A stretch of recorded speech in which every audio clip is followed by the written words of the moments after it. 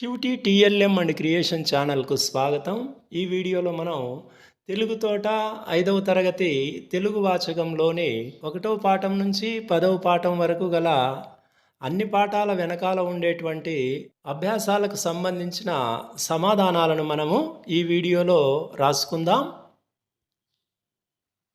మొదట ఏ దేశమేగినా ఈ పాఠానికి సంబంధించిన అభ్యాసాలను రాసుకుందాం. ఇక్కడ కింది అక్షరాలతో మొదలయ్యే పదాలను రాయండి అని కా నుంచి హా వరకు గల హల్లులను ఇచ్చాడు. ఈ హల్లులకు సంబంధించినటువంటి పదాలు. తర్వాత గుణింతాలు కలిగిన పదాలను రాయండి. ఇక్కడ గుణింతాలకు సంబంధించినటువంటి పదాలు అది కాగుణింతం కావచ్చు, అది కా నుంచి హా వరకు ఏ గుణింతం మీద ఉండేటువంటి పదాలైనా మనం ఇక్కడ రాసుకోవచ్చు. తర్వాత 2వ పాఠం సాయం. ఈ పాఠానికి సంబంధించిన అభ్యాసాలు. పదజాలం. ఈ కింది ఒత్తు ఉన్న పదాలను రాయండి. ఇక్కడ కాకు కావొత్తు, గాకు గావొత్తు, చాకు చావొత్తు, జాకు జావొత్తు, టాకు టావొత్తు, తాకు తావొత్తు, దాకు దావొత్తు, పాకు పావొత్తు, మాకు మావొత్తు, యాకు యావొత్తు, రాకు రావొత్తు, లాకు లావొత్తు వచ్చినటువంటి పదాలను మనం ఇక్కడ రాసుకోవాలి. తర్వాత 3వ పాఠం కొండవాగు. ఈ కొండవాగుకు సంబంధించినటువంటి అభ్యాసాలు. ఇక్కడ చదవడం, వ్యక్తపరచడం. సూర్యకాంతి పడి ఆ పాయలన్నీ తలతలా మెరుస్తున్నాయి. ఇది ఏ పేరాలో ఉంది అంటే 4వ పేరాలో ఉంది. 2వది చూడాలనుకోవాలే కానీ ప్రకృతిలో ప్రతి దృశ్యం అందమైనదే. ఇది 8వ పేరాలో ఉంది. ఆ వాగు పుట్టిన చోటికి ఎలా వెళ్ళడమా అనే ఆలోచన నాకు. ఈ వాక్యం 2వ పేరాలో ఉంది. 4వది మేఘాలు ఏనుగుల్లా బారులు తీసి వరుసగా నడుస్తున్నట్టు ఉంది. ఈ వాక్యం 7వ పేరాలో ఉంది. 5వది దూరాన ఉన్న ఇళ్ళన్నీ కొండపల్లి బొమ్మల్లా ఉన్నాయి. ఈ వాక్యం 6వ పేరాలో ఉంది. తర్వాత ఇక్కడ హెలెన్ కెల్లర్కి సంబంధించినటువంటి పారాగ్రాఫ్ ఇచ్చాడు. ఆ పారాగ్రాఫ్ కింద ప్రశ్నలు, ఆ ప్రశ్నలకు సంబంధించి సమాధానాలు రాసుకోవాలి.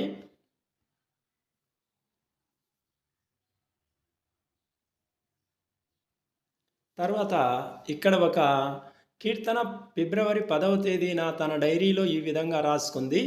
డైరీ చదవండి, ప్రశ్నలు తయారు చేయండి. ఈ డైరీ చదివి ఈ డైరీలోని పారాగ్రాఫ్ ఆధారంగా మనము ప్రశ్నలు తయారు చేయాలి. ఇక్కడ ఫిబ్రవరి 10వ తేదీ కీర్తన ఎక్కడికి వెళ్ళింది, కొండపైన కీర్తన వాళ్ళు ఏమేమి చేశారు, చర్చి దగ్గర ఎందుకు రద్దీగా ఉంది. ఈ రకమైన ప్రశ్నలే కాకుండా ఇందులో వాళ్ళు ఏమేమి కొన్నారు, కొండపైన ఏమేమి కొన్నారు, లేదా ఏమేమి కొనుక్కొని తిన్నారు, ఇలాంటి ప్రశ్నలు కూడా మనము రాసుకోవచ్చు. ఇక్కడ కింది గీతాన్ని చదవండి. మొదటి వాక్యం ఏ పదంతో ముగుస్తుందో 2వ వాక్యం ఆ పదంతోనే ప్రారంభం అవడాన్ని ముక్త పదగ్రస్తం అంటాం. గీత గీసిన పదాలను ఉపయోగించి ఇలాంటి వాక్యాలను మీరు రాయండి. ఇక్కడ ఒక గేయం ఇచ్చినాడు, దానిలాగే మనం కూడా రాయవచ్చు. ఇక్కడ మనము రింగు రింగు బిళ్ళ రూపాయి దండ, దండ కాదురా తామర మొగ్గ, మొగ్గ కాదురా మోదుగ నీడ, నీడ కాదురా నిమ్మల బావి, బావి కాదురా బచ్చల కూర, కూర కాదురా కుమ్మరి మెట్టు, మెట్టు కాదురా మేధర సిబ్బి. ఈ రకంగా ఒక వాక్యము ఏ పదంతో ముగుస్తుందో 2వ వాక్యం అదే పదంతో మొదలు కావడం ముక్త పదగ్రస్తం అంటాము. ఇలాంటి వాక్యాలను రాసుకోవాలి. తర్వాత ఇక్కడ జతపరిచే వాక్యాలు, జతపరిచే పదాల ఆధారంగా కింద వాక్యాలు రాసుకోవాలి. కింది వర్ణన పదాలు చూడండి. ఇచ్చిన పదాలకు మీరు వర్ణన పదాలు రాయండి. ఇక్కడ ఇచ్చినట్టుగా మేఘాలు ఏ రకంగా ఉన్నాయి అనేటువంటి మేఘాల గురించి వర్ణించేటువంటి వాక్యాలు ఇక్కడ మనము రాసాము. తర్వాత పట్టిక ఆధారంగా వాక్యాలను తయారు చేయండి. నేను విజయవాడ వెళ్ళి దుర్గ గుడి చూశాను. నేను ధవళేశ్వరం వెళ్ళి కాటన్ బ్యారేజీ చూశాను. నేను శ్రీకాకుళం వెళ్ళి శాలిహుండం చూశాను. నేను అరకు వెళ్ళి బొర్రా గుహలు చూశాను. నేను ఒంటిమిట్ట వెళ్ళి రామాలయం చూశాను. ఈ రకంగా రాసుకోవాలి. తర్వాత ఇక్కడ సంభాషణ ఉంది. గిరిజ మహిత మధ్య జరిగినటువంటి సంభాషణను మిగిలిన వాక్యాలు మనము ఈ పారాగ్రాఫ్ ఆధారంగా రాసుకోవాలి. తర్వాత ఇక్కడ ఒక పారాగ్రాఫ్ ఇచ్చాడు. ఈ పారాగ్రాఫ్ను చదివిన తర్వాత ఇందులో వ్యక్తుల పేర్లు ఉన్నాయి, ఊర్ల పేర్లు ఉన్నాయి, వస్తువుల పేర్లు ఉన్నాయి, ప్రదేశాల పేర్లు, ఇలా పేర్లను తెలిపే పదాలను మనము నామవాచకాలు అంటారని తెలుసుకున్నాం కదా. ఇక్కడ వాక్యాలను చదవండి, నామవాచకాలను గుర్తించండి, వాటి కింద గీత గీయండి. ఇక్కడ సరళ మామిడి పండు తింటుంది. సరళ నామవాచకము, మామిడి పండు నామవాచకం. కరీం సెలవులకు పాలకొల్లు వెళ్ళాడు. కరీం నామవాచకము, పాలకొల్లు ఊరి పేరు. కరీం వ్యక్తి పేరు, పాలకొల్లు ఊరి పేరు. మూడవది, చెల్లాయమ్మ అడవికి వెళ్ళి విస్తరాకులు తెచ్చింది. చెల్లాయమ్మ వ్యక్తి పేరు, విస్తరాకులు వస్తువుల పేర్లు. నాలుగవది, శ్రీను వాళ్ళ నాన్నగారు కారులో తిరుపతికి వెళ్ళారు. శ్రీను అనేది వ్యక్తి పేరు, కారు అనేది వాహనం పేరు, తిరుపతి అనేది ఊరి పేరు. ఈ రకంగా పేర్లను గురించి తెలిపే పదాలను నామవాచకాలు అని అంటారు. ఇక్కడ పారాగ్రాఫ్ ఇచ్చినాడు. ఈ పేరాను చదివితే ఇందులో నేను, నా, నాది, మాది, మీరు, మన అనేటువంటి పదాల కింద గీతలు గీశారు. ఈ గీతల్ని గమనించినట్లయితే ఇవన్నీ నామవాచకానికి బదులుగా వాడబడినటువంటి పదాలు. వీటినే సర్వనామాలు అని అంటారు. ఇక్కడ నేను అంటే నా అని, నీవు, నీ, తాను, తన, తాము, తమ, వారు, వాళ్ళ, అవి, వాని, వాటి, మేము, మా, మనము, మన, మీరు, మీ, అతడు, వాడు, వాడి, అది, దాని అని ఈ రకంగా మనము నామవాచకానికి బదులుగా సర్వనామాల్ని వాడుతాము. ఇక్కడ వాక్యాలను చదవండి, సర్వనామాల కింద గీత గీయండి. కిరణ్ గ్రామ సచివాలయంలో పనిచేస్తున్నాడు. ఆయన కార్యాలయం నుండి సాయంత్రం ఇంటికి వస్తాడు. కిరణ్ అనే నామవాచకానికి బదులుగా ఆయన అని వాడారు. రాణి, దివ్య స్నేహితులు, వాళ్ళు కలిసి ఆటలు ఆడుతారు. రాణి, దివ్య అనే వ్యక్తుల పేర్లు, వాటి బదులు వాళ్ళు అనే సర్వనామాన్ని వాడారు. మేరీ పాటలు పాడుతుంది. ఆమె పాటల పోటీలో బహుమతి గెలుచుకుంది. మేరీ అనేది ఒక వ్యక్తి పేరు. మేరీ బదులు ఆమె అనేటువంటి సర్వనామాన్ని వాడారు. తర్వాత లంబసింగి అందమైన ప్రదేశం, అది చాలా చల్లగా ఉంటుంది. లంబసింగి అనేది ఒక ఊరి పేరు. దాని బదులుగా అది సర్వనామాన్ని వాడాము. తర్వాత 4వ పాఠం జయగీతం. ఈ జయగీతం పాఠానికి సంబంధించిన పదాలు, అర్థాలు ఉన్నాయి ఇక్కడ. తర్వాత గేయం ఆధారంగా ప్రాసపదాలను గుర్తించండి, రాయండి. ప్రాసపదాలు అంటే ప్రతి పదం చివర లేదా ప్రతి వాక్యం చివర ఒకే అక్షరాలు వచ్చి ఉండడాన్ని ప్రాస అని అంటాం. ఇక్కడ జనస్వర, మందార, భాస్కర ఇవన్నీ 3 పదాలకు చివరిలో రా అని వచ్చింది. పుట్టి, పెట్టి, మధించి, శోధించి, పోసి, చేసి, రాళ్ళు, మ్రోళ్ళు ఇలాంటివి ప్రాసపదాలు. ఇక్కడ సంభాషణ ఉంది. ఈ సంభాషణ చదువుకోవాలి. చదువుకున్న తర్వాత కింద ఇచ్చినటువంటి ప్రశ్నలకు సమాధానాలు రాయాలి. పై సంభాషణలో ఈ కింద ఇచ్చినటువంటి మాటలు ఎవరితో అన్నారో రాయాలి. నేను గురువుగారు, ఇది మోహన్ గురువుగారితో అన్నాడు.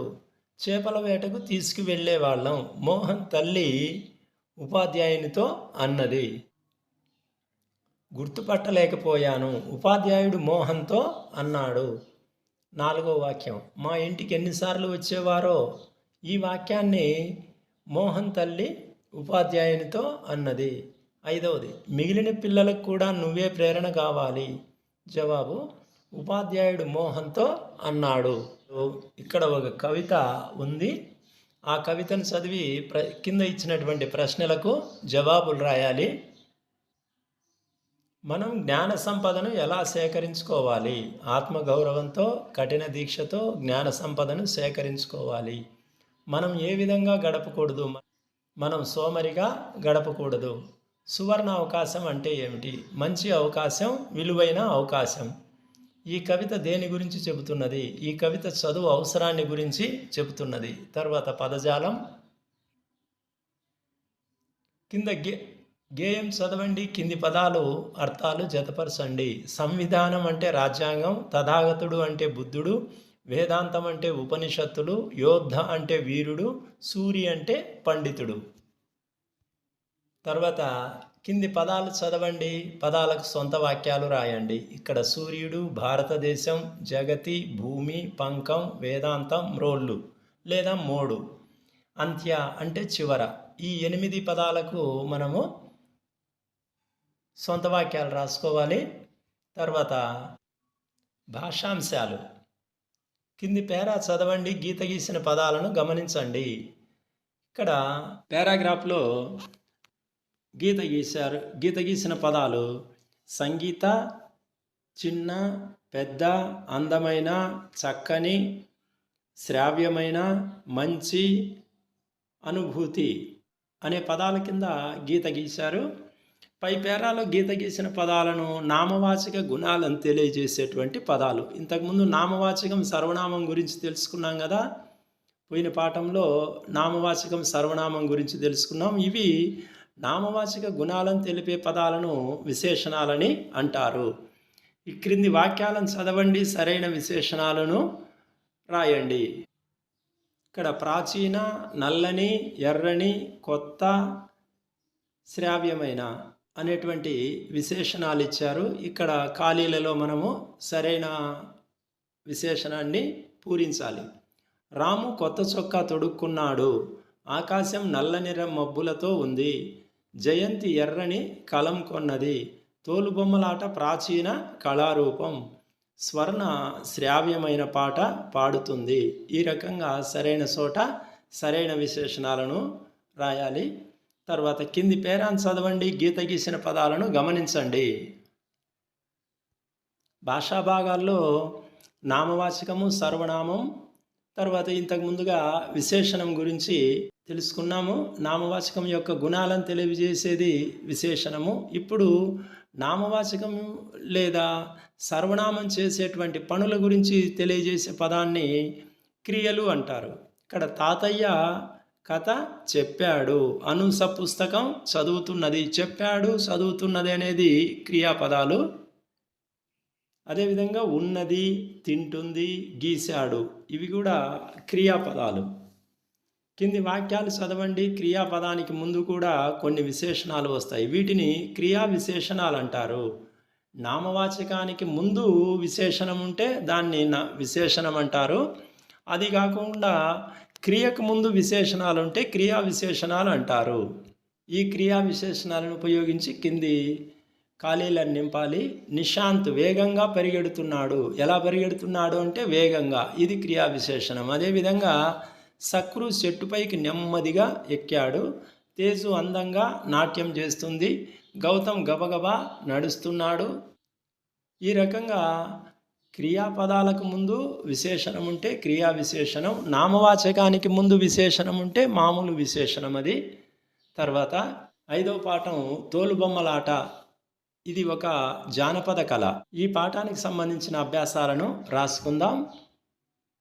ఇక్కడ కొత్త పదాలకు అర్థాలు ఉన్నాయి. చదవడం, వ్యక్తపరచడం. పాఠం చదవండి, పాఠం ఆధారంగా కింది ప్రశ్నలకు సమాధానాలు రాయండి. తోలుబొమ్మలాట ఏ ఏ జిల్లాల్లో ప్రదర్శిస్తారు? తోలుబొమ్మలాట తూర్పుగోదావరి, కడప, అనంతపురం, శ్రీకాకుళం జిల్లాల్లో ప్రదర్శిస్తారు. తోలుబొమ్మలాట తయారీలో వాడే రంగులు ఏవి? మోదుగ పువ్వు, దీపపు మసి, బంక కలిపి రంగులు చేస్తారు. తోలుబొమ్మలాటలో నవ్వించే పాత్రలు ఏవి? తోలుబొమ్మలాటలో కేతిగాడు, బంగారక్క పాత్రలు నవ్విస్తుంటాయి. తర్వాత జానపద కళారూపంలో భాగంగా తప్పెటగుండ్లు అనే జానపద కళారూపం ఉత్తరాంధ్రలో ఎక్కువగా ఉంటుంది. తప్పెటగుండ్లు ఏ ప్రాంతానికి చెందింది? తప్పెటగుండ్లు విశాఖపట్నం జిల్లాకు చెందింది. తప్పెటగుండ్లు అనే పదం ఎలా వచ్చింది? జవాబు: రేకు తప్పెటను గుండెల మీద పెట్టుకొని వాయిస్తారు, ఈ బొమ్మలో చూపించినట్టుగా, కాబట్టి ఆ పేరు వచ్చింది. తప్పెటగుండ్లను ఎవరు ప్రదర్శించేవారు? తప్పెటగుండ్లను యాదవులు అనేవారు ప్రదర్శించేవారు.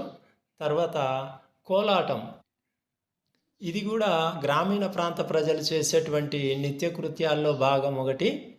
ఈ కోలాటం అనేటువంటి జానపద కళారూపం. దీనికి ఈ పారాగ్రాఫ్కి సంబంధించినటువంటి ప్రశ్నలు ఇక్కడ రాసుకున్నాం కదా.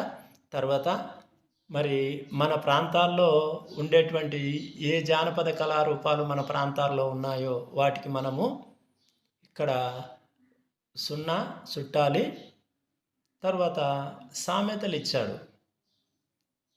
సామెత: 6 నెలలు సహవాసం చేస్తే వాళ్ళు వీళ్ళవుతారు. దీని అర్థం ఏమిటంటే ఎవరితోనైనా 6 నెలలు కలిసి ఉంటే వాళ్ళ లక్షణాలు వీళ్ళకు వస్తాయి, వీళ్ళ లక్షణాలు వాళ్ళకు వస్తాయి అనేటువంటి దానికి ఉదాహరణగా ఈ సామెతను వాడతాము. తర్వాత ఇక్కడ ఒక సామెత ఇచ్చినాడు: రోట్లో తలదూర్చి రోకటి పోటుకు వెరచినట్లు. దీని అర్థం ఏమిటంటే ప్రమాదం అని తెలిసి కూడా మనం ఆ ప్రాంతానికి వెళ్తాము. అక్కడికి పోయినాక జరిగే ప్రమాదం ఉంది, ఆ ప్రమాదానికి మనము భయపడరాదు అని దీని అర్థం. రెండవ సామెత: ఆవులిస్తే పేగులు లెక్క పెట్టినట్లు. అంటే చాలా తెలివైన వారు అని చెప్పడానికి సామెతను వాడుతుంటారు. కింది సామెతలను సరైన పదంతో పూరించండి. ఉదాహరణ: కాకి పిల్ల కాకికి ముద్దు. అదేవిధంగా కుక్క కాటుకు చెప్పు దెబ్బ, మొక్కై వంగనిది మ్రాణై వంగున, అదిగో పులి అంటే ఇదిగో తోక అన్నట్లు. ఇంట్లో ఈగల మోత, బయట అప్పుల మోత. ఐదవది: నోరు మంచిదైతే ఊరు మంచిదవుతుంది. తర్వాత కింది పాఠం చదవండి, అందులో కొన్ని పదాలకు మీ ప్రాంతాలలో వేరే పదాలు వాడుతుంటాము, వేరే పదాలు వాడుతూ ఉండొచ్చు. అలాంటి పదాలను గుర్తించి రాయండి. ఉదాహరణకి ఇక్కడ ఇచ్చిన పదం ఎటువంటి, ఎలాంటి. వచ్చాడు, వచ్చిండు, అక్కడ పెట్టు, ఆడబెట్టు. ఏమిటది, ఏందది, ఎక్కడికి, యాడికి. ఇలాంటి పదాలని మనం వ్యవహారంలో వాడుతుంటాము. తర్వాత భాషాంశాలు. క్రింది వాక్యాలను చదవండి. వాల్మీకి రామాయణాన్ని రచించాడు. దశరథుడు అయోధ్యను పరిపాలించాడు. సంఘ సంస్కర్తలు దురాచారాలను నిర్మూలించారు. నవీన్ ఎలుకవీరుడు కథ చదివాడు. పై వాక్యాలకు సంబంధించిన ప్రశ్నార్థక వాక్యాలను మనము చదవాలి. రామాయణాన్ని ఎవరు రచించారు అంటే వాల్మీకి. అయోధ్యను ఎవరు పరిపాలించాడు? దశరథుడు. దురాచారాలను ఎవరు నిర్మూలించారు అంటే సంఘ సంస్కర్తలు. ఎలుకవీరుని కథను ఎవరు చదివారు అంటే నవీన్. ఇక్కడ పై వాక్యాలలో మనం ప్రశ్న పదం ఉన్నప్పుడు ఆ ప్రశ్నలకు సమాధానాలు ఏవైతే రాశామో వాల్మీకి, దశరథుడు, సంఘ సంస్కర్తలు, నవీన్, ఈ పదాలు అనే వాటిని కర్త అని అంటాము. తర్వాత ఇదే వాక్యాలలో కర్త చేసిన పనులేవి? వాల్మీకి దేన్ని రచించాడు అంటే రామాయణంను. దశరథుడు దేన్ని పరిపాలించాడు? అయోధ్యను. సంఘ సంస్కర్తలు వేటిని నిర్మూలించారు? దురాచారాలను. నవీన్ ఏ కథ చదివాడు? ఎలుకవీరుడు. కర్త చేసిన పనులను ఏది, ఎక్కడ అని అడిగినట్లయితే గన సమాధానం కర్మ అని అంటాం. అంటే ఒక వాక్యంలో కర్త పనులు చేసేది, కర్మ అంటే ఏ పనులు చేస్తాడో ఆ పని చేసే పనిని కర్మ అని అంటాము. వీటిని కర్మపదాలు అంటాం. పై వాక్యాలలో ఒక పని జరగటాన్ని తెలియజేసే పదాలని క్రియాపదాలు అంటారని మనము తెలుసుకున్నాం కదా. క్రింది వాక్యాలను చదవండి, కర్త కర్మ క్రియలను గుర్తించండి. తెలుగు వాక్యాలలో కర్త మొదటిగాను, కర్మ రెండవ పదంగాను, క్రియ అనేది మూడవ పదంగాను ఉంటుంది. తాబేలు కర్త, కుందేలు కర్మ, ఓడించింది క్రియ. రెండవ వాక్యంలో సుబ్బు బొమ్మలు గీశాడు. కర్త, కర్మ, క్రియ. మూడో వాక్యంలో మేరీ కర్త, పాట కర్మ, పాడింది క్రియ. నాలుగో వాక్యంలో గాంధీ కర్త, స్వాతంత్ర్యం కర్మ, సాధించాడు క్రియ. ఐదో వాక్యంలో శ్రీకృష్ణదేవరాయలు విజయనగరాన్ని పాలించాడు, కర్త కర్మ క్రియ. అదేవిధంగా క్రియలకు సంబంధించి మరి మనము సమాపక క్రియ, అసమాపక క్రియ అని రెండు ఉన్నాయి. సమాపక క్రియ అంటే పని పూర్తయినట్లుగా ఉండేదాన్ని సమాపక క్రియ అంటాం. అంటే చదివాడు, తెచ్చాడు, తిన్నాడు, పడుకున్నాడు, వ్రాశాడు, చూశాడు, ఇలాంటివన్నీ పని పూర్తయినట్లుగా ఉండేటువంటి క్రియలు కాబట్టి వీటిని సమాపక క్రియలు అంటాం. అలా కాకోకుండా పని పూర్తి కానట్లు ఇంకా ఏదో ఉంది అని తెలియజేసేదాన్ని అసమాపక క్రియలని అంటాము. అంటే చదివాడు, చదివి, వండింది, వండి, పోయింది, పోయి, చెప్పాడు, సమాపక క్రియ, చెప్పి అసమాపక క్రియ, చూశాడు, సమాపక క్రియ, చూసి అసమాపక క్రియ. ఈ రకంగా సమాపక అసమాపక క్రియల్ని కూడా మనము గుర్తుపెట్టుకోవాలి. తర్వాత 6వ పాఠం పెన్నేటి పాట. ఈ పాఠానికి సంబంధించిన అభ్యాసాలను రాసుకుందాం. ఇక్కడ మొదటిగా చదవడం, వ్యక్తపరచడం. గేయం ఆధారంగా ప్రాసపదాలు గుర్తించండి, రాయండి. ప్రాసపదాలు అంటే వాక్యం చివరిలో కానీ ప్రతిపదం చివరిలో కానీ ఒకే అక్షరాలు రావడాన్ని ప్రాస అని అంటాము. ఇక్కడ నీరు, హోరు, ఏరు, ఏరు, నీరు, హోరు, చివరిలో రు రు అని రావడము. వాలు, జాలు, లు లు అనే రెండు పదాల చివర లు అనే అక్షరం రావడం. తర్వాత నడు, తమ్ముడు, కన్న తల్లి, పెన్న తల్లి. ఈ రకంగా ప్రాసపదాలు రాసుకోవాలి. తర్వాత కింది పేరా చదవండి, ప్రశ్నలకు జవాబులు రాయండి. ఇక్కడ ఒక పారాగ్రాఫ్ ఇచ్చాడు, ఈ పారాగ్రాఫ్ను చదువుకోవాలి. నాగావళి నది ఏ ప్రాంతానికి చెందింది? నాగావళి నది ఉత్తరాంధ్ర ప్రాంతానికి చెందింది. నాగావళి నది ఎక్కడ బంగాళాఖాతంలో కలుస్తుంది? ఇది శ్రీకాకుళం జిల్లాలోని కళ్ళేపల్లి దగ్గర బంగాళాఖాతంలో కలుస్తుంది. 3 నదుల వలన మనకు కలిగే ఉపయోగం ఏమిటి? నదులలోని నీరు తాగునీరుకు, వ్యవసాయానికి నదులు ఉపయోగపడతాయి. తర్వాత ఇక్కడ ఒక లేఖ ఇచ్చారు, ఈ లేఖను చదువుకోవాలి. చదువుకొని ప్రశ్నలు తయారు చేయాలి. ఈ లేఖను ఎవరికి రాశారు? అభిరామ్ వాళ్ళ ఊరికి దగ్గరలో ఏ నది పారుతోంది? నదులు కలుషితం వలన కలిగే నష్టాలేమిటి? ఈ రకంగా ప్రశ్నలు రాసుకోవాలి. తర్వాత కింది గేయ వాక్యాలు చదవండి. ఏది కృష్ణ, ఏది కృష్ణ, ఏది కృష్ణవేణి, ఇదే కృష్ణ, ఇదే కృష్ణ, ఇదే కృష్ణవేణి. ఈ రకంగా కృష్ణని కృష్ణవేణి అని అంటారు. అలాగే గోదావరిని గౌతమి అని, గంగను భగీరథి అని కూడా అంటారు. వీటిని ఉపయోగించి మీరు గేయ వాక్యాలు రాయండి అంటే ఈ కింది విధంగా రాసుకోవాలి. తర్వాత భాషాంశాలు. కింది వాక్యాలను చదవండి, గీత గీసిన పదాలను గమనించండి. చందన్ కథల పుస్తకం చదివాడు, చందన్ కథల పుస్తకం చదువుతున్నాడు, చందన్ కథల పుస్తకం చదువుతాడు. ఇవి క్రియ ఒకటి అయినప్పటికీ 3 కాలాలకు సంబంధించినటువంటి పదాలు. అవి చదివాడు, భూతకాలము, చదువుతున్నాడు, వర్తమాన కాలము, చదువుతాడు, భవిష్యత్ కాలము. ఈ రకంగా భూత, వర్తమాన, భవిష్యత్ కాలాలకు సంబంధించినటువంటి వాక్యాలను, అదేవిధంగా వాటిలోని క్రియల్ని మనము నేర్చుకోవాలి. జరిగిపోయిన కాలము భూతకాలం అంటారు, జరుగుతున్న కాలాన్ని వర్తమాన కాలమని, జరగబోయే కాలాన్ని భవిష్యత్ కాలమని అంటారు. పైన ఇచ్చినటువంటి పదాల ఆధారంగా మనము కింది వాక్యాలు రాసుకోవాలి. తర్వాత 7వ పాఠం పద్యరత్నాలు. ఈ పాఠానికి సంబంధించిన అభ్యాసాలను రాసుకుందాం. ఇక్కడ చదవడం, వ్యక్తపరచడం. కింది భావాలకు సరైన పద్యపాదాలు రాయండి. మనకిచ్చినటువంటి పద్యాలలోని పద్య పాదాలకున్న భావాలను మనకి ఇక్కడ ఇచ్చాడు. కానీ ఈ భావానికి సంబంధించిన పద్యపాదం ఏదో గుర్తుపట్టుకొని మనము ఇక్కడ రాయాలి. తర్వాత కింది పేరా చదివి ఖాళీలను పూరించండి. ముక్తకం అంటే ఒక పద్యం. ఈ పారాగ్రాఫ్ చదువుకొని కింద ఖాళీలు ఇచ్చాడు. ఈ ఖాళీలను మనము పారాగ్రాఫ్లో ఉండేటువంటి పదాల ఆధారంగా పూర్తి చేయాలి. తర్వాత పదజాలం.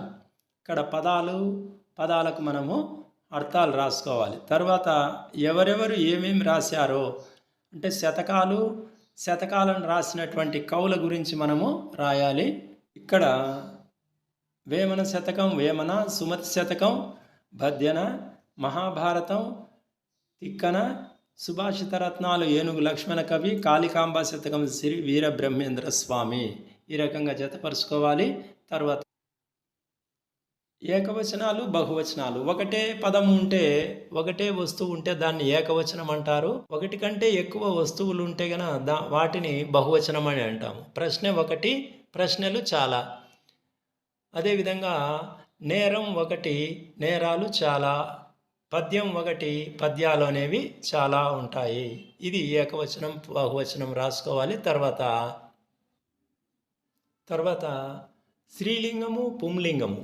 ఇక్కడ ఆడవాళ్ళకు సంబంధించిన వాచకాలని స్త్రీలింగ వాచకాలు అంటాం. అంటే స్త్రీలను సంబోధించడం స్త్రీలింగ వాచకం, పురుషుల్ని సంబోధించడం పుంలింగ వాచకం. పురుషవాచక పదాలు, స్త్రీవాచక పదాలు. ఉపాధ్యాయుడు, ఉపాధ్యాయుని అంటాం. నటుడు, మగవాళ్ళు నటి. అదేవిధంగా గాయకుడు, మగవాళ్ళని గాయకుడు అంటే ఆడవాళ్ళను గాయని అని కానీ గాయకురాలని కూడా అంటాం. నాయకుడు, నాయకి లేదా నాయకురాలు. కళాకారుడు, కళాకారిణి. సైనికుడు, సైనికురాలు. పండితుడు, పండితురాలు. ఈ రకంగా బుద్ధిమంతుడు, బుద్ధిమంతురాలు. ఈ రకంగా స్త్రీవాచక పదాలు, పురుషవాచక పదాలని రాసుకోవాలి. తర్వాత 8వ పాఠమైన ఈటింగ్ పండుగ పాఠానికి సంబంధించిన అభ్యాసాలను రాసుకుందాం. చదవడం, వ్యక్తపరచడం. ఇక్కడ ఒక పారాగ్రాఫ్ ఇచ్చాడు. గణతంత్ర దినోత్సవానికి సంబంధించినటువంటి ఒక పారాగ్రాఫ్ ఇచ్చాడు. ఆ పారాగ్రాఫ్కి చదువుకొని మనం కింద ప్రశ్నలకు సమాధానాలు రాయాలి. ఈ ప్రశ్నలు 2, 3, 4 ప్రశ్నలు ఉన్నాయి. తర్వాత కింది పండుగ గురించి చదవండి, ప్రశ్నలు తయారు చేయండి. అంటే పారాగ్రాఫ్ ఇచ్చినప్పుడు పారాగ్రాఫ్ చదువుకొని కొన్ని ప్రశ్నల్ని మనము అడిగే విధంగా రాయాలి. ఇక్కడ ఇచ్చిన పారాగ్రాఫ్లో దసరా పండుగ గురించి ఇచ్చాడు. ఇక్కడ దసరా మనం ప్రశ్నలు తయారు చేసుకోవాలనుకున్నప్పుడు దసరా పండుగను ఏ రోజు జరుపుకుంటారు, దసరా పండుగను ఎన్ని రోజులు జరుపుకుంటారు, మహిషాసురుని ఎవరు సంహరించారు, పాండవుల ఆయుధాలు ఎక్కడ దాచిపెట్టారు, శ్రీరాముడు ఎవరిని ఓడించాడు. ఈ ప్రశ్నలకు సమాధానాలన్నీ కూడా మనకు ఈ పారాగ్రాఫ్లో ఉంటాయి. తర్వాత పదజాలం. ఈటింగ్ పండుగ పాఠంలో మీరు గమనించిన కొత్త పదాలను రాయండి. ఈటింగ్ పండుగ అనేది ఒక గిరిజనులు జరుపుకునేటువంటి పండుగ కాబట్టి మన పండుగల కంటే ఇది భిన్నంగా ఉంటుంది.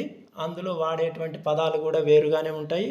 అందులో మనము గమనించిన పదాలు రొడ్డ, ఇటింగ్, కనుసు, తురుము, శంకుదేవుడు, బోనం, కుదురు. ఇలాంటి పదాలు కొత్త పదాలు, మనం విననటువంటి పదాలు ఇవి. తర్వాత జంట పదాలు ఇచ్చారు. శుచి, శుభ్రం, అన్యం, పుణ్యం, ఇరుగు, పొరుగు, ఇల్లు, వాకిలి, ఊరు, పేరు, ఉక్కిరి బిక్కిరి, తిండి, తిప్పలు, కట్టు, బొట్టు, చిందర వందర, నగ, నట్ర, పొలం, పుట్ర, కూర, నార. ఈ జంట పదాలను ఉపయోగించి మనము వాక్యాలు రాసుకోవాలి. తర్వాత ఇక్కడ తుట్ట అంటే తుట్ట తుద, చిట్ట చిట్ట చివర, అట్ట అట్ట అడుగు, కట్ట కట్టకడ, ఎట్ట కేలకు, పట్ట పట్టపగలు. ఈ రకమైనటువంటి పదాలు ఉన్నాయి. ఈ పదాలను ఉపయోగించి మనము మొట్టమొదటి పండుగ ఉగాది. తర్వాత బావిలో నీళ్లు అట్టడుగున ఉన్నాయి, భోజనాల బంతిలో చిట్ట చివరన కూర్చోరాదు, ఎట్టకేలకు నాకు కావలసిన పుస్తకం కనబడింది, ఈనాడు పట్టపగులే దొంగతనాలు జరుగుతున్నాయి. ఈ రకంగా ఇక్కడ ఇచ్చినటువంటి పదాలను మనము ఉపయోగించి వాక్యాలు రాసుకోవచ్చు. ఇక్కడ ఖాళీలలో సరైనటువంటి విభక్తి ప్రత్యయాలు, ఇక్కడ ఇచ్చినటువంటి ఖాళీలలో విభక్తులు రాసి అవి ఏ విభక్తి ప్రత్యయాలో ఇక్కడ రాయాలి. ఇక్కడ ఇది సబర భాషలోను తెలుగు భాషలో ఉన్నటువంటి చందమామ రావే అనేటువంటి గీతం. తర్వాత 9వ పాఠం తరిగొండ వెంగమాంబ. ఈ పాఠానికి సంబంధించిన అభ్యాసాలను రాసుకుందాం. ఇక్కడ పునక కనకమ్మ గురించి ఇచ్చినటువంటి పారాగ్రాఫ్ ఉంది. మరి ఆ పారాగ్రాఫ్ చదివి కింది ప్రశ్నలకు జవాబులు రాయండి అంటే మనము ఆ పారాగ్రాఫ్ కింద ఉండేటువంటి ప్రశ్నలకి ఈ రకంగా సమాధానాలు రాసుకోవాలి. తర్వాత చుండూరు రత్నమ్మకు సంబంధించినటువంటి విషయాలను ఇక్కడ పారాగ్రాఫ్గా ఇచ్చారు. ఇది చుండూరు రత్నమ్మకు సంబంధించినటువంటి విశేషాలు. ఇది చదివి కింద వాక్యాలు ఇచ్చాడు. ఈ వాక్యాలు ఇందులో తప్ప ఒప్ప అనేది మనము గుర్తుపట్టాలి. ఇక్కడ 4 వాక్యాలు ఇచ్చాడు. 4 వాక్యాల్లో మొదటిది చివరిది తప్పు, మిగిలిన 2 ఒప్పు. తర్వాత ఇంకొక పారాగ్రాఫ్ ఇచ్చాడు, జయంతి సూరమ్మ. ఆమె గురించినటువంటి సమాచారం తెలుసుకొని మనం ప్రశ్నలు తయారు చేయాలి. ఈ పారాగ్రాఫ్ ఆధారంగా ప్రశ్నలు. ఇక్కడ ఈ పారాగ్రాఫ్ను ఆధారంగా మనము జయంతి సూరమ్మ ఎప్పుడు ఎక్కడ జన్మించారు అనేది పారాగ్రాఫ్లోనే ఉంటుంది. సూరమ్మ వేటిని ప్రహసనాలుగా చేసి ప్రదర్శించింది. తర్వాత మద్యపాన నిషేధానికి ప్రభుత్వం ఎటువంటి చర్యలు తీసుకుంది. తర్వాత పై పేరాలో పేర్కొన్న 2 సంఘ సేవకుల పేర్లు రాయండి. ఈ రకమైన ప్రశ్నలే కాకుండా ఇంకా మనం ఏవైనా రాసుకోగలిగితే అవి కూడా రాసుకోవచ్చు. పదజాలానికి సంబంధించి ఇక్కడ ఒక పారాగ్రాఫు. ఈ పారాగ్రాఫ్లో కొన్ని జాతీయాలు అంటే పలుకుబడులు ఇచ్చారు. ఈ పలుకుబడులను ఉపయోగించి మనము వాక్యాలు రాసుకోవాలి. అన్యం పుణ్యం అంటే పాపం, అన్యాయం. చిన్నపిల్లలు అన్యం పుణ్యం ఎరగని వాళ్ళు. కల్లా కపటం అంటే మోసం, కుట్ర. పల్లె ప్రజలు కల్లా కపటం తెలియని వాళ్ళు. అల్లారు ముద్దుగా అంటే చాలా ప్రేమగా. తల్లిదండ్రులు పిల్లలను అల్లారు ముద్దుగా పెంచుతారు. ఈ రకంగా మనము ఇచ్చినటువంటి జాతీయాలను ఉపయోగించి వాక్యాలు రాసుకోవచ్చు. తర్వాత భాషాంశాలకు సంబంధించి క్రియాసహిత వాక్యం, క్రియారహిత వాక్యం. క్రియ ఉంటే క్రియాసహిత వాక్యం అంటారు. అంటే పాప పాలు తాగుతుంది, నేను సినిమా చూశాను, ఇలాంటివన్నీ క్రియ ఉన్నాయి. చూశాను, చేశాను, తిన్నాను, పడుకున్నాను, వ్రాశాను, చదివాను, ఇలాంటివన్నీ క్రియాపదాలు ఉండేవి. అలా కాకుండా వాడు నా తమ్ముడు, ఆయన డాక్టరు, ఆమె టీచరు, వాడు మంచి ఆటగాడు అనే దాంట్లో క్రియలు లేవు కాబట్టి వీటిని క్రియారహిత వాక్యాలని అంటాము. తర్వాత సంశ్లిష్ట వాక్యం. ఒక సంశ్లిష్ట వాక్యంలో ఒక సమాపక క్రియ, 1 లేదా అంతకంటే అసమాపక క్రియలు ఉంటే దాన్ని సంశ్లిష్ట వాక్యం అని అంటాము. సంయుక్త వాక్యం. వాక్యంలో 1 కంటే ఎక్కువ సమాపక క్రియలు ఉంటే అది సంయుక్త వాక్యం. ఇస్మాయిల్ ఊరికి వెళ్ళాడు, వచ్చాడు. రత్నాలు పాలు తాగింది, వెంటనే నిద్రపోయింది. క్రింది వాక్యాలను చదవండి, సామాన్య సంశిష్ట సంయుక్త వాక్యాలను గుర్తించి రాయండి. ఇక్కడ ఇచ్చినటువంటి వాక్యాలలో మనము ఏది సామాన్య వాక్యం, ఏది సంయుక్త వాక్యం, ఏది సంశ్లిష్ట వాక్యం అని రాసుకోవాలి. తర్వాత 10వ పాఠమైన మంచి బహుమతి. ఈ పాఠానికి సంబంధించిన అభ్యాసాలను మనం రాసుకుందాం. ఈ మంచి బహుమతి పాఠం చదివిన తర్వాత ఈ మాటలు ఎవరు అన్నారో మనము పారాగ్రాఫ్ల ఆధారంగా రాసుకోవచ్చు. తర్వాత పారాగ్రాఫ్ల ఆధారంగా వీటికి సమాధానాలు రాసుకోవాలి. తర్వాత కింది పేరా చదవండి, ప్రశ్నలకు సమాధానాలు రాయండి. ఇక్కడ భాష పుట్టుక ఏమిటి, అది ఎలా పరిణామం చెందింది అనేటువంటి విషయాన్ని ఈ పారాగ్రాఫ్లో ఇచ్చాడు. అది చదివి దాని ఆధారంగా మనము కింద ఇచ్చినటువంటి ప్రశ్నలకు సమాధానాలు రాయాలి. ఇక్కడ 5 ప్రశ్నలు ఇచ్చాడు. 5 ప్రశ్నలకు మనము ఆ పారాగ్రాఫ్లో ఉండేటువంటి సమాచారం ఆధారంగా సమాధానాలు రాసుకోవాలి. తర్వాత ఇక్కడ ప్రశ్న కింది పేరా చదవండి, వీలైనన్ని ప్రశ్నలు రాయండి. ఇక్కడ పుస్తకాలు లేని గది ఆత్మ లేని శరీరం వంటిది అన్నాడు ఒక మహనీయుడు. ఇలాంటి పారాగ్రాఫ్ ఇచ్చాడు. ఈ పారాగ్రాఫ్ చదువుకొని కొన్ని ప్రశ్నలు తయారు చేయాలి మనము. ప్రశ్నలు: పుస్తకాలు చదవడం వలన ఏమి తెలుస్తాయి? పుస్తకాల వలన మనం ఏమేమి నేర్చుకోవచ్చు? పై పేరాలు చెప్పిన మహనీయుని మాట రాయండి. ఈ రకంగా ప్రశ్నలే కాకుండా ఇంకా మీకు వచ్చినటువంటి ఆలోచన ప్రకారం కూడా ప్రశ్నలు రాసుకోవచ్చు. తర్వాత క్లూ పదం ఇచ్చాడు, పుస్తక పఠనం అని. పుస్తక పఠనం వలన ఆనందం కలుగుతుంది, జ్ఞానం వస్తుంది. పుస్తక పఠనం వలన బుద్ధి వికాసం కలుగుతుంది. పుస్తక పఠనం వల్ల మంచి ఆలోచనలు వస్తాయి. పుస్తక పఠనం వల్ల ఎన్నో పదజాలం తెలుసుకుంటాం. పుస్తక పఠనం వల్ల జీవన విధానాన్ని నేర్చుకుంటాం. పుస్తక పఠనం వల్ల తెలివితేటలు వస్తాయి. పుస్తక పఠనం వలన మెదడుకు పదును ఎక్కుతుంది. ఈ రకంగా మనం రాసుకోవాలి. తర్వాత పుస్తకాలు చాలా ప్రక్రియలలో ఉంటాయి. అంటే గద్యము, పద్యము, లేఖలు, వ్యాసాలు. వీటిలో మన గ్రంథాలయంలో ఏవేవి ప్రక్రియలు ఉన్నాయో వాటిని మనము, లేదా ఏవేవి చదివామో వాటికి మనం సున్నా చుట్టాలి. మరి ఈ పుస్తకాలు ఏమేమి మనం చదివామా చదవలేదా అనే దాన్ని బట్టి మనము ఇక్కడ అవునని కాదని కూడా రాసుకోవాలి. ఇక్కడ ఒక సంభాషణ ఇచ్చాడు. ఈ సంభాషణలో పదాలు: గజానన అంటే ఇందులో జాన, దిగ్గజములు అంటే గజములు, ప్రయోజనం అంటే యోజనము లేదా జనం, అఖండం అంటే ఖండం. అంటే ఒక పదంలో వేరే పదం దాగి ఉండడాన్ని ఇక్కడ మనకి సంభాషణలో తమాషా పదాలను మనము గమనించవచ్చు. దాని ఆధారంగా మనం కొన్ని పదాలు రాసుకోవచ్చు. ఇంకా ఇక్కడ నేను 4 పదాలు రాశాము. సరంజామాలో జామ, గందరగోళంలో గోళం, మైలురాయిలో మైలు, గోదావరిలో వరి పదాన్ని రాశాము. ఇంకా ఇలాంటి పదాలు మీరు కూడా రాసుకోవచ్చు. తర్వాత మన గ్రంథాలయంలో ఏమేమి పుస్తకాలు ఉన్నాయనేది నేను ఉదాహరణగా ఇక్కడ రాశాను. మీరు కూడా ఇంకా మీ గ్రంథాలయంలో ఏమేమి పుస్తకాలు ఉన్నాయో వాటిని ఎవరు రాశారనేది కూడా మీరు పట్టిక తయారు చేసుకోవచ్చు. తర్వాత ఇక్కడ వాక్యాల్ని గమనించినట్లయితే ఆహా, అయ్యో, ఔరా, అబ్బా, ఓహో ఇలాంటివన్నీ కూడా లింగ విభక్తి ప్రత్యయాలు లేని వాటిని అని అవ్యయాలు. మరి క్రింది వాక్యాలను చదవండి, అవ్యయాలను గుర్తించండి.